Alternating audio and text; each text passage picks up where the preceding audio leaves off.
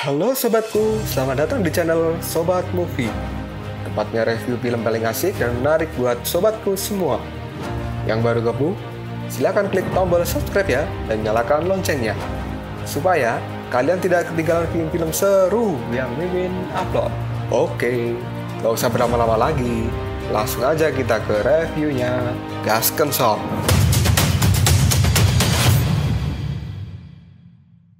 Hey, oke, sobatku terkeren, terkecil, terbaik, tersemuanya. Kita masih bersama Sobat Movie, channel alur cerita terasik sepanjang masa.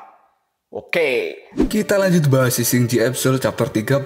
Nggak usah saja banyak bacot, kita langsung masuk aja ke pembahasan. Kali ini Subaji mulai bercerita pada Biksu tentang awal mula dirinya dihajar oleh Sun Wukong. Pada saat itu, Baji melihat Sun Wukong sedang duduk sendirian. Baji pun mendekat lalu bertanya, "Kakak, coba lihat aturan nomor 10 dalam perjalanan ini. Di sini tidak boleh melecehkan suku manusia."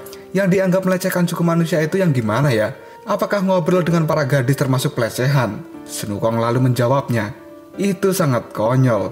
Aturan macam apa itu? Mau saja kamu diatur." Baji pun menjawab, "Bukankah aturan ini usulan darimu? Baru saja kita membahas aturan ini bersama guru, dan kamu mengusulkan aturan nomor 10 ini. Apakah kamu berniat tidak mengikuti aturan yang telah kamu buat?" Sun Wukong malah menjawabnya, "Hei, kita ini monster. Mau saja kamu diatur oleh manusia." Wukong lalu merebut kertas aturan dari Subaji dan lalu merobeknya. Wukong pun juga mengatakan bahwa aturan ini tidak penting, dan aku tidak akan pernah mengikuti aturan ini. Lagi pula guru akan segera mati. Baji pun lalu berteriak, "Apakah ini sifat aslimu, Kak Wukong? Dan apakah kamu berniat untuk membunuh guru saat ini?" Wukong pun tersenyum pada Subaji, dan kali ini Baji pun akan melaporkan kejadian ini pada sang guru. Tapi Wukong malah marah-marah dan mengatakan bahwa Baji adalah babi yang busuk yang suka mengadu. Setelah itu Wukong pun meninju wajah Subaji dengan keras. Sampai-sampai Subaji pun kini terpental dan kesakitan, bahkan hidungnya pun kali ini berdarah. Dia benar-benar akan melaporkan kejadian ini pada Biksu Tong. Dan kini, Sun Wukong malah mendekat pada Subaji dan menghajarnya kembali. Bahkan topi kesayangan milik Subaji yang diberikan oleh istrinya pun kali ini diinjak oleh Sun Wukong sampai hancur. Hal ini membuat Baji tidak habis pikir dengan sikap Sun Wukong. Wukong pun kembali dan memukul wajah Subaji dan menghantamkannya ke tanah, sambil berkata bahwa dirinya malu mempunyai adik junior sampah macam Subaji. Bahkan Wukong juga menyebut Baji adalah babi yang gendut dan jelek. Tiap hari, sukanya hanya pakai skincare seperti bencong. Setelah itu pun Sun Wukong memukuli Subaji bertubi-tubi sampai terluka parah seperti pada saat ini. Lalu Subaji pun kabur dan melapor pada Biksu Tong. Biksu pun tidak percaya bahwa Wukong akan melakukan hal semacam ini. Wucing kali ini berkata bahwa memang kakak Wukong selama ini selalu memandang rendah kakak Subaji. Kemudian kuda naga Oswe juga mengatakan, "Allah, ini pasti cuma perkelahian bocah saja." Baji pun lalu memperingatkan Biksu Tong untuk tidak menemui Sun Wukong, karena Sun Wukong memiliki rencana jahat pada sang biksu. Kini Subaji pun berpamitan karena dia tidak bisa melanjutkan perjalanan ini. Kemudian biksu menyuruh Shao-Wucing untuk mencari Sun Wukong sampai ketemu. Tiba-tiba saja Sun Wukong pun datang dan berkata, "Kenapa kalian harus mencariku? Aku baru saja kembali dari berak di belakang gunung sana." Kemudian Sun Wukong yang melihat Subaji terluka parah, dia pun langsung mengatakan, "Hei, Baji, dia kenapa? Kenapa mulut dan hidungmu berdarah seperti itu? Siapa yang melakukan ini padamu?" Baji pun kemudian bangun dan dia marah lalu menyebut Sun Wukong asu. "Jangan berpura-pura tidak tahu kau." Biksu pun lalu berkata, "Wukong, Baji mengatakan bahwa kamu telah menghajar dirinya." Wukong pun kaget dan mengatakan, "Hei, jangan menuduh. Kenapa aku harus menghajar Subaji?" Baji pun kini marah dan menyuruh Sun Wukong untuk mengakui semua perbuatannya. Dan Wukong kali ini tersenyum pada Subaji dan mengatakan, "Apa sih babi? Kamu pasti habis menggoda cewek-cewek kan? Lalu dipukuli. Ngaku saja. Makanya jadi orang jangan mesum. Udah mesum, nyalain orang pula."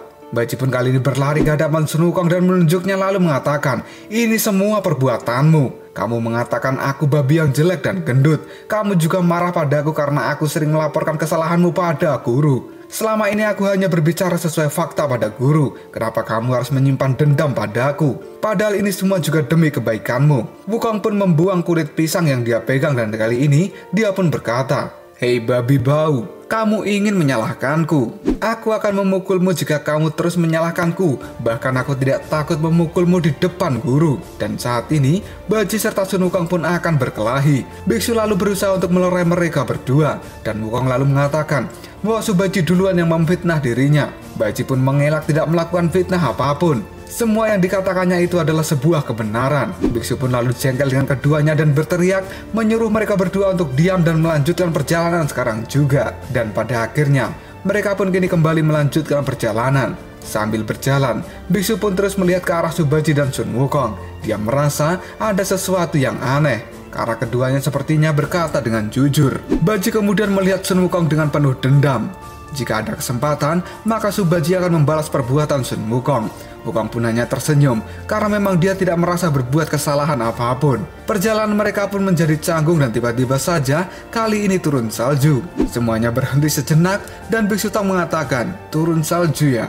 Aku melihatnya terakhir kali saat aku meninggalkan kuil." Biksu pun lalu mengajak semuanya berjalan dan tiba-tiba Subaji berkata, "Guru, kamu tidak pernah menceritakan kisahmu pada kami. Apa saja yang kamu lakukan di kuil itu, Guru?" Biksu Tang pun menjawab, "Kalian tidak perlu tahu." Dan Wukong kali ini berkata, "Ceritakan saja, Guru. Kami juga ingin tahu tentang kisahmu." Sambil berjalan, Biksu Tang mengatakan, "Apakah kalian serius ingin mengetahui kisahku?" "Iya, Guru. Ceritakan. Di kuil, aku hanya sedang menyapu lantai saja." "Guru, jujurlah. Jangan bercanda." Dan kini, malam pun tiba.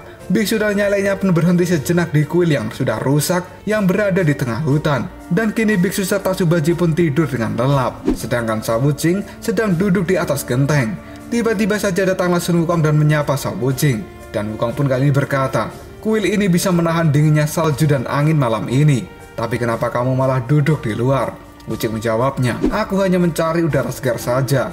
Bahkan tugasku adalah berjaga ketika semuanya sedang istirahat." Wukong dengan senyum bengis menjawab, "Wuqing, dirimu sangat menyedihkan. Kamu bisa membeku sendirian di tempat ini." Wuqing pun kemudian menjawab perkataan dari Sun Wukong bahwa dia tidak takut dingin dan dirinya ini adalah orang yang tahan dengan dingin. "Tidak apa-apa, aku akan berjaga di tempat ini." Wukong pun kemudian mulai memprovokasi Sha Wuqing agar tidak melakukan hal ini karena tidak seharusnya dia mengambil tanggung jawab menjaga semuanya. Karena mereka semua hanya enak-enak tidur sementara Sha Wuqing harus berjaga, mereka pasti sedang mengerjai Sha Wuqing. Wuqing pun menjawabnya, "Tidak apa-apa, aku merasa hidupku sekarang lebih baik daripada dulu." Wukong lalu bertanya, "Apakah kamu puas dengan hidupmu sekarang? Apa kamu mau tunduk dengan aturan manusia itu?" "Kalau aku sih nggak bakalan tunduk dengan aturan." Wukong kembali berkata pada Sha Wuqing, "Wuqing, guru adalah orang yang paling dekat dengan diriku. Aku akan memberitahumu semua yang dikatakan oleh guru di belakangmu." Wuqing pun kali ini penasaran, apa yang dikatakan guru di belakangku. Kemudian Wukong mengatakan, "Guru bilang bahwa kamu adalah beban di dalam perjalanan ini, karena kamu adalah orang yang paling tidak berguna.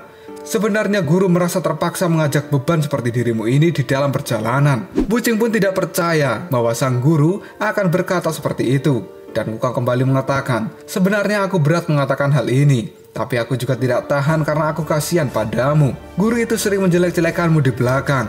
Dia ingin kamu pergi, tapi dia tidak berani mengatakannya pada dirimu. Wuqing, menurutku kamu adalah orang yang hebat. Kenapa kamu tidak pergi saja dari tempat ini? Padahal di sini, kamu mendapatkan perlakuan yang tidak baik dari guru." Wuqing pun kali ini malah marah pada Sun Wukong dan tidak percaya dengan apa yang dikatakan oleh Sun Wukong. Sha Wuqing pun kemudian mengatakan, "Jika guru ingin aku pergi, dia pasti akan mengatakannya secara langsung pada aku. Kenapa kamu harus memfitnah guru dan mengadu domba diriku dengan dirinya?" Wukong pun sontak terkejut dengan sikap dari Sha Wuqing. Dia lalu tertawa dan mengatakan, "Ternyata meyakinkanmu itu cukup sulit juga ya. Strategi adu domba tampaknya tidak berfungsi padamu.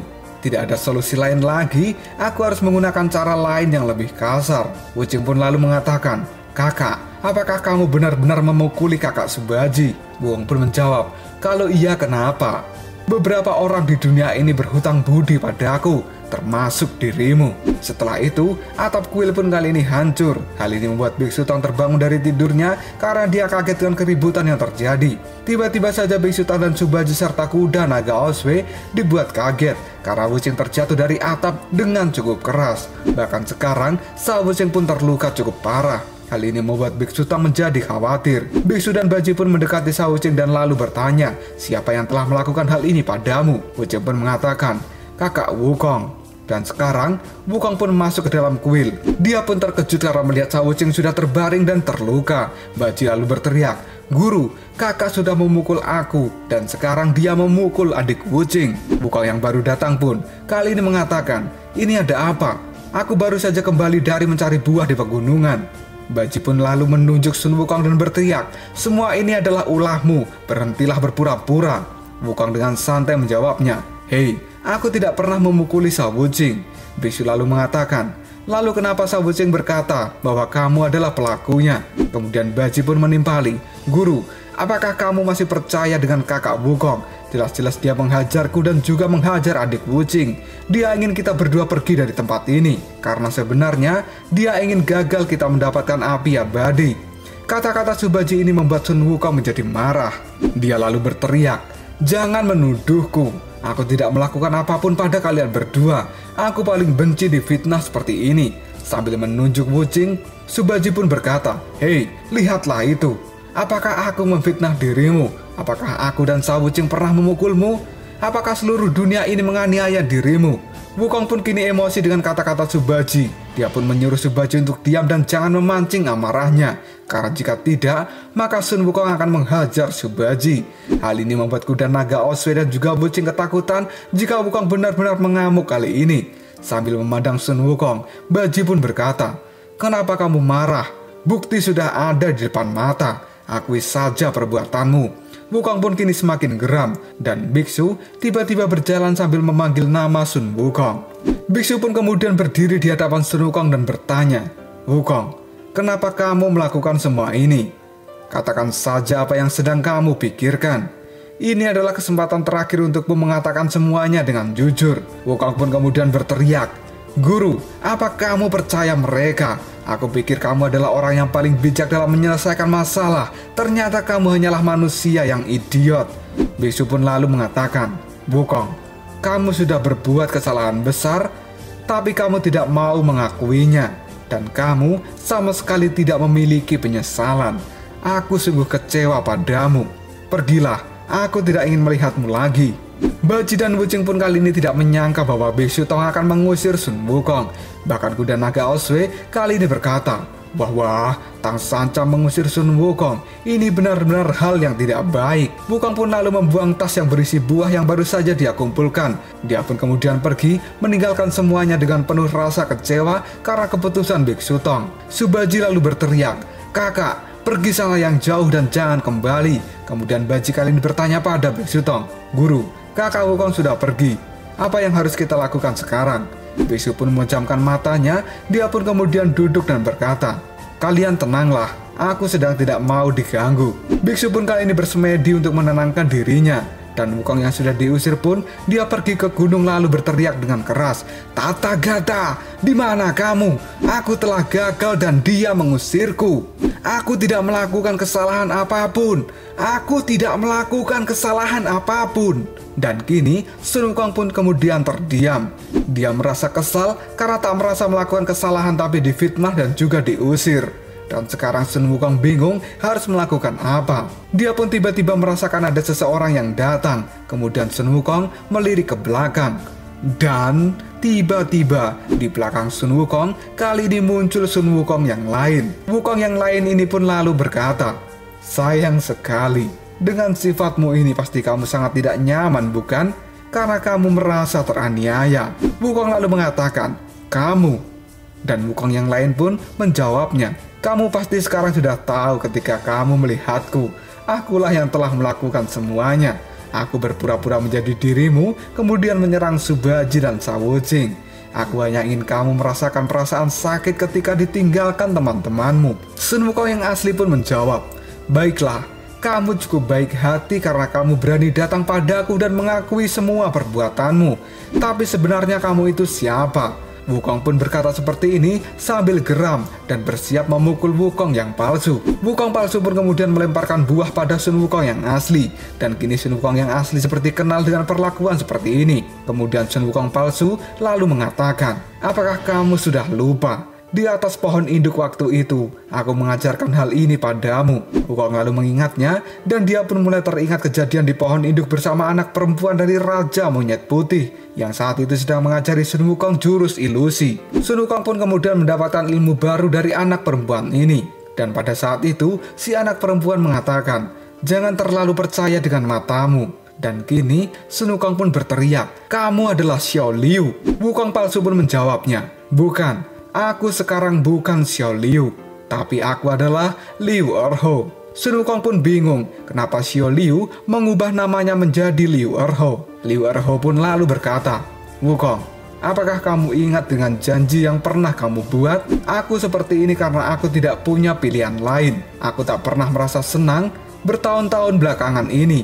Semua ini karena kamu meninggalkanku, dan inilah faktanya." Wukong pun lalu bertanya, "Apa yang kamu inginkan?" Liu Erho pun kemudian menjawab, "Aku ingin kamu membayar semuanya. Saat ini, aku ingin membunuhmu karena kamu sudah menyakitiku, dan aku ingin kamu merasakan sakitku selama ini." Hal ini membuat Sun Wukong kaget dengan kelakuan Xiao Liu yang dia kenal. Tiba-tiba saja, seseorang kali ini berteriak, "Hei, kalian, apa yang sedang kalian lakukan? Aku mendaki gunung yang tinggi ini untuk mencari kalian sejauh ini. Kalian membuatku kelelahan saja." Kini Sun Wukong dan juga Xiao Liu pun menoleh, dan ternyata yang barusan datang adalah Biksu Tong. Dia mencari Sun Wukong sejauh ini karena ingin memastikan bahwa tebakannya adalah benar, bahwa Sun Wukong memang ada dua. Karena menurut sang biksu, Sun Wukong yang asli akan selalu menertawakan lawannya setelah dia mengalahkannya, sedangkan Sun Wukong yang palsu tidak melakukan hal itu. Dan kini, Biksu Tong pun sambil melihat mereka berdua, dia pun mengatakan, "Di antara kalian berdua, pasti ada yang palsu." Lalu apakah yang akan terjadi selanjutnya? Kenapa Xiao Liu melakukan penyamaran dan akan membunuh Sun Wukong? Benarkah dia hanya marah karena ditinggalkan oleh Sun Wukong? Dan bisakah Biksu Tong menemukan Sun Wukong yang asli di antara dua Sun Wukong ini? Jika kalian penasaran, tunggu aja jawabannya di next video. Koprol Shop. Tetap stay di channel Sobat Movie dan jangan lupa klik subscribe, like, dan share ke teman-temanmu agar channel ini dapat berkembang dan menghibur kalian semua. See you next tomorrow. Bye-bye.